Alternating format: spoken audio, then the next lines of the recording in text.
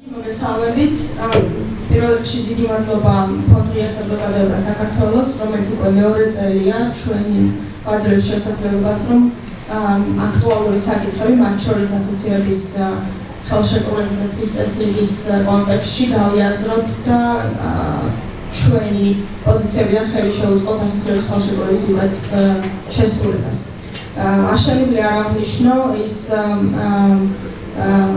პოზიტიური შეფასება, რომელსაც იმსახურებს დღევანდელი დღე, იმიტომ რომ ძალიან წარმომადგენლობითია აუდიტორია, ბატონმა ელჩმა ისაუბრა დასაწყისში, რომ საქართველოს ხალხს ძლიერი სამოქალაქო საზოგადოება, მაგრამ მე მგონი დღევანდელი დღის ხიბლი არის ის, რომ ხელისუფლების წარმომადგენლები და მაღალი თანამდებობის პირები არიან მოსული, რათა მოისმინონ ჩვენი მოსაზრებები. ბუნებრივია, ჩვენ შეიძლება ბევრ თემაზე ვერ შევთანხმდეთ, მაგრამ ეს მხოლოდ დემოკრატიის ხარისხს აჩვენებს ამ ქვეყანაში და ცალსახად მისასალმებელია. ამიტომ დიდი მადლობა განსაკუთრებით ხელისუფლების წარმომადგენლებს დღეს აქ ყოფნისთვის. რაც შეეხება იმ თემას, რომელსაც ჩემი პოლიტიკის დოკუმენტი აანალიზებს, ეს არის სასამართლო ხელისუფლება. ჩვენ ყველამ ვიცით, რომ ასოციაციების ხელშეკრულებით საქართველოს ძალიან ამბიციური გეგმები დაისახა მისმათ, რაც ბუნებრივია, მისასალმებელია, თავისთავად პრობლემა არ არის ამბიცია. მაგრამ ამ ამბიციას სჭირდება ძალიან კარგად დაგეგმილი, გააზრებული და კარგად კოორდინირებული რეფორმები და სამწუხაროდ ამ მიმართულებით ვფიქრობ, რომ მნიშვნელოვანი ხარვეზები იქნა დაშვებული. ამ პოლიტიკის დოკუმენტის დეტალებში არ შევალ, იმიტომ რომ შემდეგ უკვე მკითხველს ინტერესი დაეკარგება და არ მინდა ყველა დეტალზე ვისაუბრო, თუმცა მთავარი საკითხი, რომელსაც ეს დოკუმენტი იცდილობს, რომ გააანალიზოს, არის შემდეგი. იმ კონტექსტში, რომელშიც დაიწყო რეფორმები ახალმა ხელისუფლებამ და 2014 წლიდან უკვე ასოციაციების ხელშეკრულების ვალდებულება თამაშობდა. რამდენად საკმარისი იყო, გატარებული იყო მხოლოდ ინსტიტუციური და საკანონმდებლო ცვლილებები იმისათვის, რომ ძალიან მძიმე სასტარტო ვითარებიდან, საიდანაც იწყებოდა სასამართლოს შექმნა, ვიტყოდი, ჩვენ მიგვეღო ის მიზანი, რომელსაც ასოციაციების ხელშეკრულება ისახავს მისმათ. ეს არის დამოუკიდებელი, ეფექტური და პროფესიული სასამართლო სისტემის შექმნა. რამდენიმე დღის წინ პარლამენტის თავმჯდომარემ აღნიშნა, რომ ჩვენ 2012 წლამდე საერთოდ არ გვქონდა სასამართლო სისტემაო. მე ვიზიარებ ამ მოსაზრებას და მარტივ მაგალითს მოვიყვან, რატომ ვფიქრობ, რომ ასე იყო. 2014 წელს, როდესაც შეიძლება ყოფილი რამდენიმე ადამიანის ესწრებოდა მოსამართლე კონფერენციას და ხდებოდა უზენაესი სასამართლოს ყოფილი თავმჯდომარის მოღვაწეობის შეჯამება ამ კონფერენციაზე, ძალიან ყურადღებით ვისმენდი იმ უზარმაზარ სამუშაოს, რომელიც გაწეული იყო წლების განმავლობაში.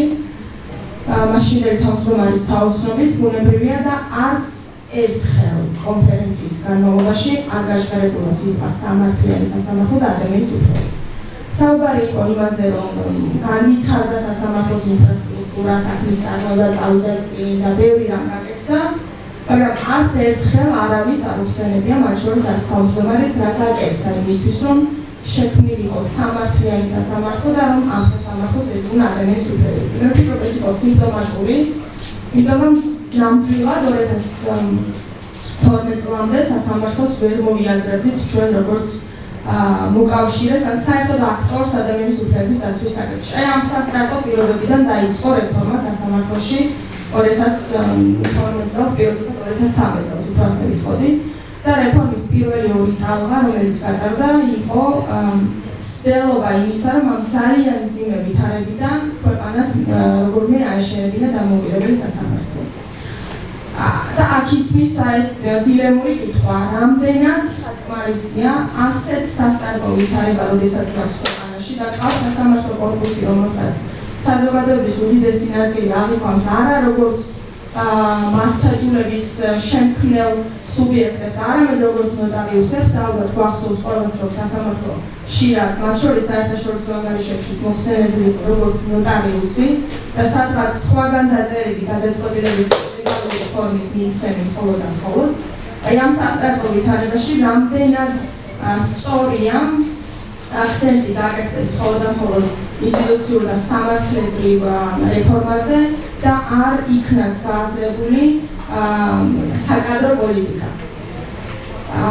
ბუნებრივია ჩვენ ყველას გვესმის, რომ როდესაც სასამართლო სისტემას ეხება საკითხი, აქ ვერ ვიქნებით ისეთივე სწრაფები და შეიძლება უხეშები, როგორიც შეიძლება იყო მაგალითად სამართალდამცავ სისტემაში, იმიტომ რომ სასამართლო ის არის ხელისუფლების ცალკეშტო და ერთი ხელის მოსმით წარმოუდგენელია დემოკრატიულ სახელმწიფოში შეცვალო მთლიანი კორპუსი და ამ ასეთი შეცვლის საწინააღმდეგო არგუმენტები არის მოყვანილი, მათ შორის ლიტერატურიდან და პრაქტიკიდან. მაგრამ მეორეს მხრივ, რამდენად სწორია საერთოდ არ შეეხო ამ საკითხსა კონცეპტუალურად რეფორმის ჭრილში და იმ მიზნების ჭრილში, რომელსაც ისახავს, საერთოდ არ გქონდეს არანაირი პოლიტიკა, როგორ უნდა აღადგინო ნდობა იმ ინსტიტუტის მიმართ, რომელსაც საერთოდ არ აქვს ნდობა, თუ სრულიად უცვლელად დატოვებს სასამართლო კორპუსს, როგორ უნდა ენდონო ქალაქები იმ მოსამართლეებს, რომლებიც ნოტარიუსების როლში გამოდიოდნენ, რომლებიც აქციების დარბევის შემდეგ მოქალაქეებს სისხლი რომ ჩამოსდიოდათ სახელზე უკაცრავად ამ რეალობის გახსენებისთვის, მაგრამ ასე იყო. სისხლი რომ ჩამოსდიოდათ სახელზე მოსამართლე იმას გაეკითხულობდა ამ ადამიანს წავედის კვალი რატომ ეთყობა, არამედ ადმინისტრაციულ პატიმრობას უფარდებდა ყოველგვარი ზედმეტი კითხვების დასასრულში. აი ამ მოსამართლეებს როგორ უნდა ედონ ადამიანები, მხოლოდ იმ შემთხვევაში თუ ეთქვი, რომ ახლა კანონის შეცვალა, რომ ახლა იუსტიციის საბჭოს სხვა წესით აირჩევა და ასე შემდეგ. ანუ ეს იყო დილემა, კონცეპტუალური დილემა, რომელიც ვფიქრობ, რომ რეფორმის კონტექსტში საჭიროებდა გააზრებას. კიდევ ერთხელ ხაზგასმით ვიტყვი, რომ არავინ არ შეიძლება დემოკრატიაში იყოს მომხრე, რომ სასამართლო კორპუსი ერთ ღამეში შეცვალო. ეს არც დემოკრატიული და არც შესაძლებელი.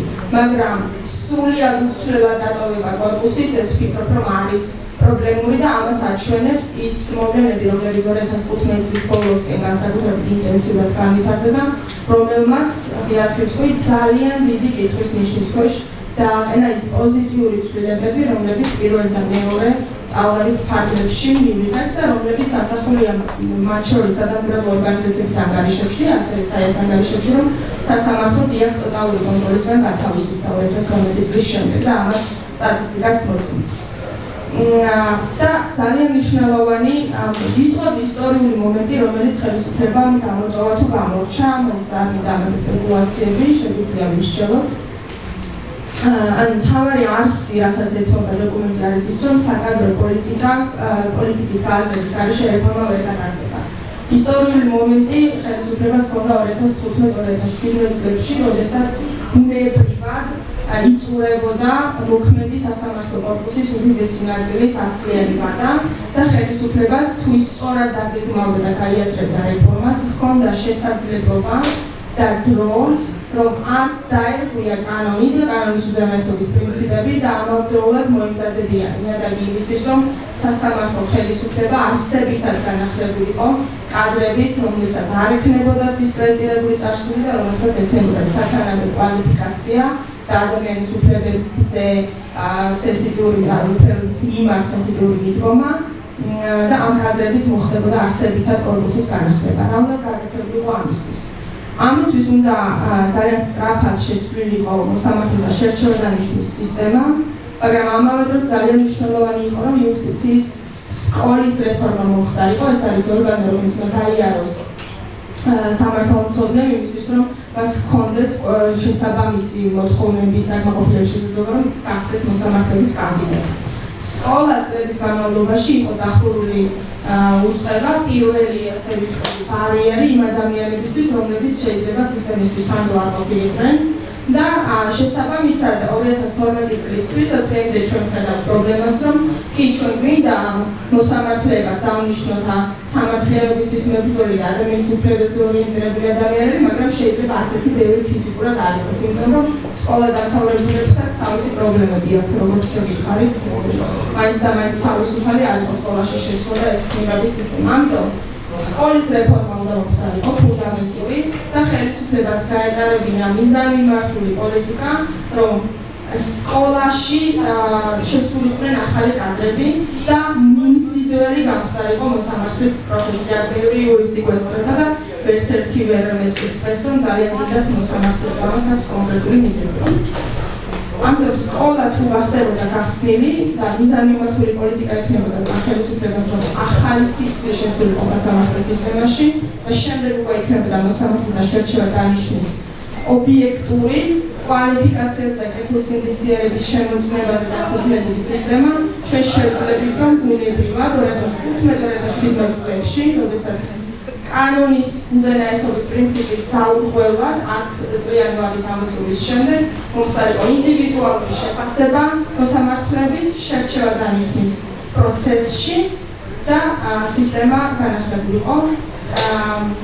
განახლებულიყო და ახალი სისხლი შესულიყო ამ სისტემაში. სამწუხაროდ ეს მომენტი იქნა ხელიდან გაშვებული და ის მოვლენები, რომელიც 2015 წლის ბოლოს განსაკუთრებით სიმძაფრით გამოვიდა საზოგადოების სამსჯავროზე, ამაზე აღარ ვილაპარაკებ, თქვენთვის ყველასთვის კარგად არის ცნობილი. და ბოლოს დოკუმენტში არის დასმული კითხვა, მხოლოდ ეს იყო ხარბეზი.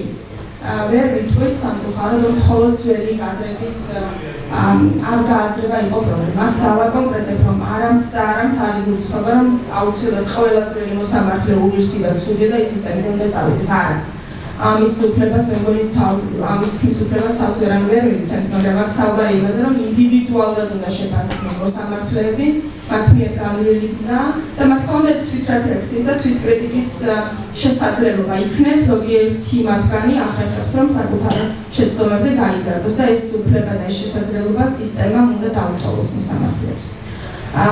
და ბოლო რასაც ვამბობდი, ვერ ვიტყვით, რომ ყველა სხვა მიმართულებით იქნება ეს საკანონმდებლო ცვლილებები თუ ინსტიტუციური ცვლილებები ყველაფერი გაკეთდა და მარტო ეს ერთი მონაკვეთი დარჩა, რამაც რეფორმა საფრთხის ქვეშ დააყენა, მაგრამ მოვლენები, რომლებზეც ამ დოკუმენტში არის საუბარი, ნათლად აჩვენებს, რომ ძველი კადრების დილემის გადაუწყვეტელობამ ძალიან სერიოზული საფრთხე შექმნა და შეაფერხა სხვა მიმართულებით რეფორმის სწორად წასვლა, მათ შორის აქ საუბარია იუსტიციის სიმაღლეს საბჭოზე, სადაც თავდაპირველად იყო ცდილობები ძალიან კარგი, რომ შიგნიდან გაჯანსაღებულიყო სიტუაცია, მაგრამ თანდათან ეს ცდილობები იქნა განეიტრალებული და დღეს სამწუხაროდ ჩვენ იუსტიციის სიმაღლეს საბჭოს სახით გვაქვს ორგანო, რომელიც მართლმსაჯულების ინტერესებზე არ ზრუნავს, ის ზრუნავს მხოლოდ კორპორატიულ ინტერესებს, რომელიც საერთოდ არის აცდენილი ამ ქვეყნის მოქალაქეების ინტერესებს, ამ ქვეყნის მომავლის ინტერესებს.